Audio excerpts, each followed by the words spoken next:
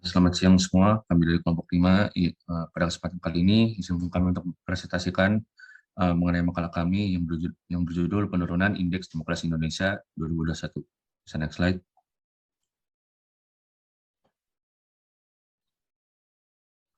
Berikut adalah anggota dari kelompok 5, dari saya Kenji, ada juga Patricia, Maila, Afuza, dan juga Davina. Selanjutnya.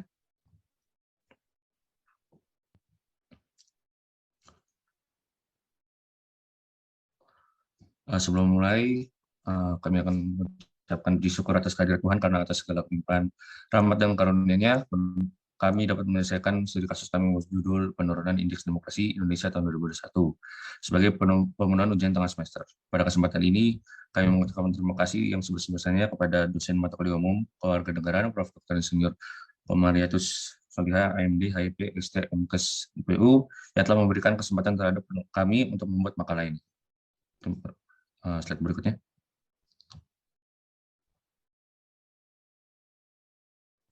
Berikut adalah daftar isi yang tentang materi yang kami akan paparkan pada hari ini. Selanjutnya. Latar belakang penyusunan studi kasus kami yaitu berdasar dari sebuah kasus yang dikutip pada sebuah media berita, di mana kasus tersebut menyatakan adanya penurunan indeks demokrasi di Indonesia pada tahun 2021. Di dalam kasus tersebut disebutkan bahwa penurunan indeks demokrasi terjadi karena adanya peningkatan intoleransi hingga politik identitas. Oleh karena itu, kami mengangkat judul Penurunan Indeks Demokrasi Indonesia pada tahun 2021 sebagai studi kasus kami. Terdapat rumusan masalah yang kami angkat dalam kasus ini, yaitu yang pertama, bagaimana sistem demokrasi di Indonesia, yang kedua, bagaimana indeks demokrasi yang berlaku di Indonesia, dan yang ketiga, bagaimana peran sistem demokrasi di Indonesia dalam menangani permasalahan yang mungkin muncul di Indonesia terkait demokrasi. Oleh karena itu, tujuan dan manfaat yang akan kami peroleh, yang pertama, kami ingin mengetahui sistem demokrasi di Indonesia dan juga indeks demokrasi yang berlaku di Indonesia. Lalu kami juga ingin mengetahui peran sistem demokrasi di Indonesia dalam menangani permasalahan-permasalahan yang mungkin muncul di Indonesia terkait demokrasi.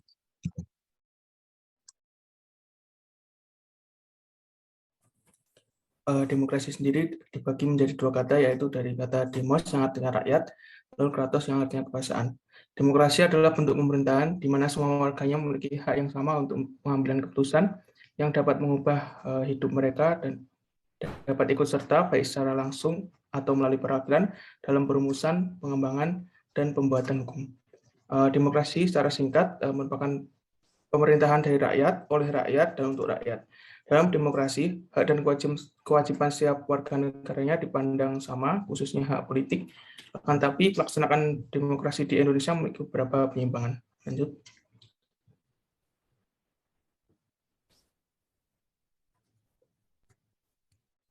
Untuk menentukan nilai demokrasi di Indonesia, baik atau tidaknya, dapat dinilai dari indeks demokrasi. Indeks demokrasi sendiri memiliki beberapa indikator penilaian. Yang pertama yaitu proses pemilu dan pluralismenya, fungsi pemerintahan, partisipasi politik, budaya politik, kebebasan sipil. Dan nantinya nilai-nilai ini akan dinilai sebagai tolak ukur statistik terhadap kondisi demokrasi di suatu daerah. Lanjut. Dari beberapa hal yang telah disebutkan, terdapat penurunan indeks demokrasi. Yang pertama pada tahun 2015, indeks demokrasi dengan nilai 72,82, lalu terjadi penurunan pada tahun berikutnya dengan nilai 70,09, lalu pada 2019 terjadi kenaikan indeks demokrasi yaitu 74,92, namun lagi-lagi terjadi penurunan pada tahun 2020 yaitu 73,66. Indeks demokrasi yang menurun disebabkan beberapa faktor, yaitu peran aktif militer dalam peran sipil, menurunnya aspek kebebasan, dan penurunan pluralisme. Lanjut. Ada faktor lain terkait menurunnya indeks demokrasi. Yang pertama mungkin oligarki. Ini merupakan praktik di mana suatu kelompok menggunakan berbagai cara untuk meraih tujuannya, sehingga terjadi pemusatan kekuasaan pada kelompok tertentu. Dalam praktiknya, kelompok ini akan menggunakan berbagai cara agar rakyat dapat terkendali dan dikuasai. Dalam praktik ini, tujuan kelompok diutamakan sehingga tujuan lain seperti kesejahteraan rakyat, keadilan, dan lainnya sulit diwujudkan. Lanjut. Selain itu ada politik identitas, di mana ini suatu kelompok meraih tujuan dengan menunjukkan unsur pembeda dari kelompok lain. Hal ini dapat mengubah cara pandang masyarakat terhadap kelompok tertentu. Politik identitas sering terjadi saat pemilihan umum, di mana praktek politik pragmatisme dilakukan. Politik identitas dapat berupa rasisme, biofeminisme, perselisihan kelompok, seperti perselisihan etnis, agama, dan suku. Lanjut. Selanjutnya adalah metode penelitian yang kita gunakan. Kelompok kami menggunakan metode penelitian deskripsi kualitatif, di mana studi ini dapat dilakukan secara mendalam dan kedalaman data yang menjadi pertimbangan data dalam penelitian ini. Nah, caranya itu pertama kita menganalisis dan mengolah kasus yang kita ambil, lalu kita mengumpulkan materi dari jurnal atau buku yang memiliki relevansi dengan kasus yang kita telah. Kemudian kita menseleksi dan menganalisis materinya, lalu menyusun makalah. Next slide.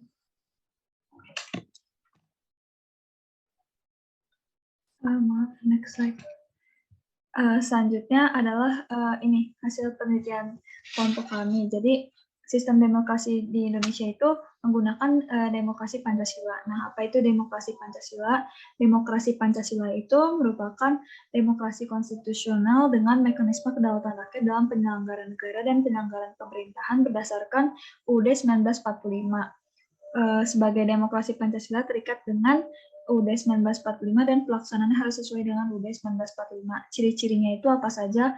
Kedaulatannya berada di tangan rakyat, selalu didasarkan kekeluargaan dan gotong royong, terus cara pengambilan keputusannya dengan musyawarah mufakat, lalu adanya keselarasan antara hak dan kewajiban, menghargai HAM, ketidaksetujuan terhadap kebijakan pemerintah itu disalurkan melalui wakil rakyat, tidak menganut sistem partai tunggal.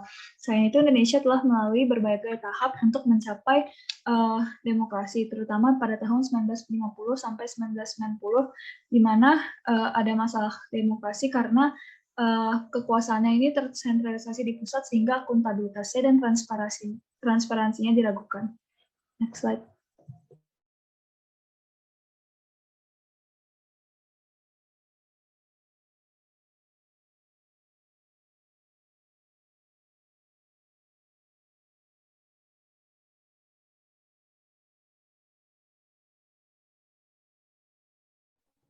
Baik, berdasarkan penelitian kualitatif yang telah kami lakukan, kami menemukan data dari The Economics Intelligence Unit yang menggambarkan skor indeks demokrasi dari negara-negara di seluruh dunia. Dan berdasarkan data terakhir, yaitu tahun 2021, dalam skala 1 sampai 10, Norwegia menempati peringkat pertama sebagai negara dengan indeks demokrasi tertinggi, yaitu sebesar 9,81%. Berbeda jauh dengan indeks demokrasi Indonesia yang hanya mencapai angka 6,3. Dari data terakhir ini, maka bisa kita lihat indeks demokrasi Indonesia masih berada dalam rentang demokrasi cacat. Selanjutnya, perwujudan lalu implementasi nilai Pancasila yang sejatinya adalah identitas bangsa Indonesia yang mendukung perwujudan demokrasi. Dan kemudian toleransi perbedaan pendapat dan kesadaran nasionalis yang apabila berhasil dilakukan akan mencegah terjadinya perpecahan dan tentu saja akan mendukung terwujudnya demokrasi di Indonesia. Selanjutnya.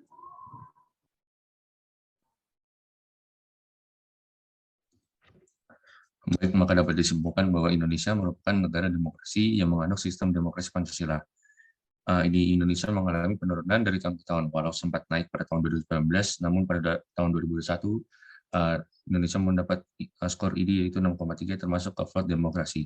Mengapa ini bisa terjadi? Salah satu faktor yang dapat menyebabkan penurunan indeks demokrasi Indonesia adalah karena menurunnya kualitas demokrasi dengan menguatnya peran aktif militer dalam peran sipil. Faktor lainnya adalah semakin menguatnya hubungan yang tidak harmonis antara kubu nasionalis pluralis yang konservatif yang kemudian memicu adanya sentimen polarisasi. Selain itu juga ada faktor yaitu berkembangnya masalah favoritisme politik menjadi tendensi dinasti politik menjadi sinyalmen pamungkas adanya kemunduran dalam demokrasi.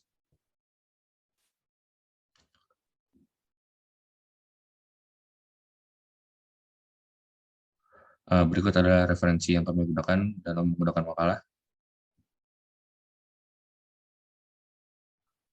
Mungkin sekian dari presentasi kami. Apabila ada satu kata, kami mohon maaf. Apakah ada pertanyaan?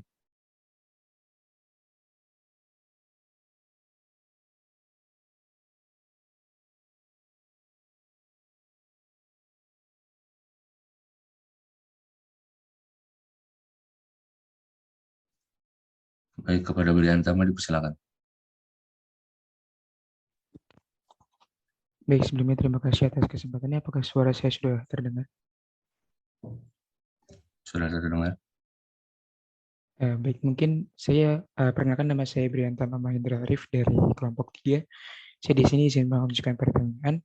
Tadi mungkin juga dipaparkan untuk presentasi bahwa Indonesia ini menganut prinsip demokrasi Pancasila. Kemudian saya ingin bertanya, kira-kira apa yang membedakan dari demokrasi Pancasila ini dengan dibanding demokrasi yang lain? Mungkin cukup sekian pertanyaan dari saya. Terima kasih.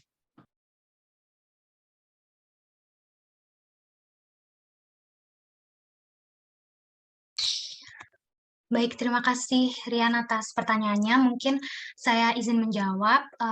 Salah satu contoh demokrasi lainnya yaitu adalah demokrasi liberal, di mana demokrasi liberal itu merupakan demokrasi yang pemerintahannya itu dibatasi oleh undang-undang dan pemilihan umum bebas yang diselenggarakan dalam waktu yang ditentukan.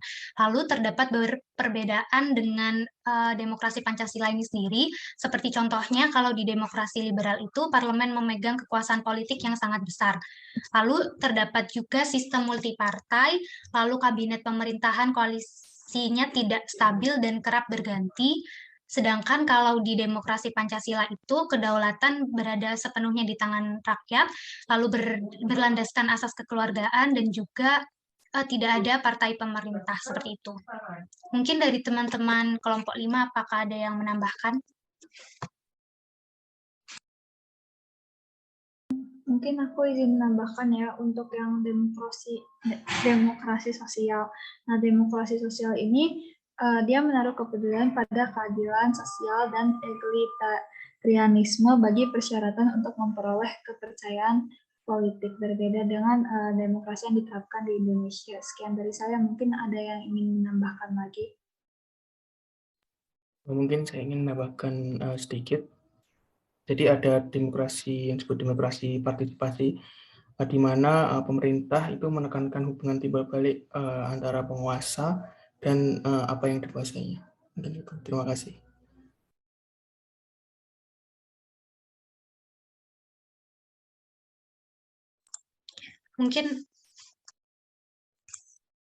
Mungkin apakah dari Rian sudah menjawab? Baik, terima kasih kelompok 5. Dari saya sudah sangat menjawab. Ya, terima kasih Rian.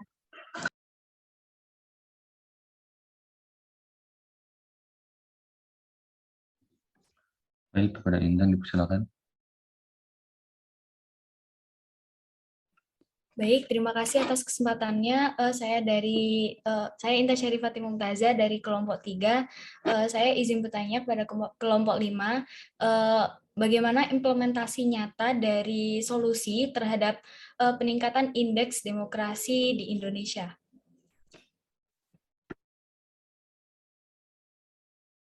Baik, terima kasih Intan atas pertanyaannya. Saya Davina dari kelompok 5 izin menjawab. Jadi ada berbagai cara yang bisa kita lakukan dalam implementasi nyata dari solusi yang telah kelompok kami paparkan tadi. Dan sebagian besar dari implementasi tersebut sebenarnya sudah sering kita dengar dalam kehidupan sehari-hari. Misal contohnya yaitu membiasakan untuk menerima dan menghormati pendapat orang lain walaupun pendapat tersebut tidak sama dengan pendapat kita. Lalu kemudian mematuhi seluruh aturan dan hukum yang berlaku dimanapun dan kapanpun sehingga Indonesia dapat menjadi negara yang teratur dan dapat mewujudkan demokrasi itu sendiri. Lalu yang terakhir, memudayakan musyawarah mufakat dan melaksanakan setiap keputusan musyawarah tersebut. Walau mungkin keputusan tersebut tidak sejalan dengan pendapat kita, namun kita harus bisa profesional dan sebisa mungkin tidak menimbulkan hal-hal yang dapat menghambat jalannya demokrasi di Indonesia, khususnya di lingkungan sekitar kita. Baik, mungkin sekian dari saya. Apabila dari rekan saya yang lain ada yang ingin ditambahkan, dipersilakan. Saya izin menambahkan pendapat. Jadi apa saja yang bisa dilakukan, sebenarnya pembelajaran Pancasila dan Bhinneka Tunggal Ika sejak dini itu baik banget untuk dilakukan sebagai fondasi atau bekal untuk generasi penerus. Menimbangkan hak dan kewajiban yang perlu dilakukan dalam kehidupan sehari-hari, sehingga tidak ada penuntutan hak yang akhirnya menimbulkan perpecahan. Bahkan melakukan sesuatu yang semudah mengakui dan meminta maaf apabila memang melakukan kesalahan itu bisa menjadi implementasi nyata dari solusinya. Mungkin apabila ada yang ingin menambahkan bisa silakan saja.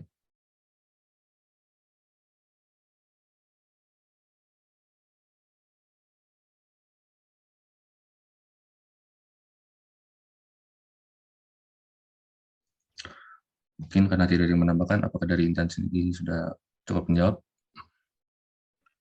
Baik, dari saya sudah cukup. Terima kasih kelompok 5. Baik, terima kasih Intan. Apakah ada pertanyaan lagi?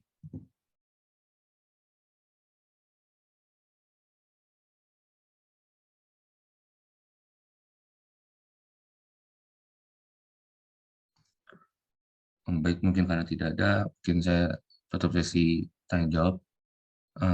Terima kasih semua atas perhatiannya. Apabila ada salah tutur kata, kami mohon maaf.